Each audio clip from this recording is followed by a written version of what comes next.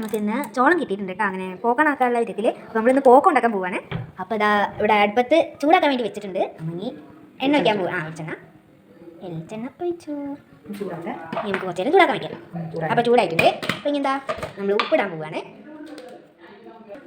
ഉപ്പിട്ടു, മുളക് പൊടി ഇട്ടു, ഇളക്കാൻ പോവാണ്.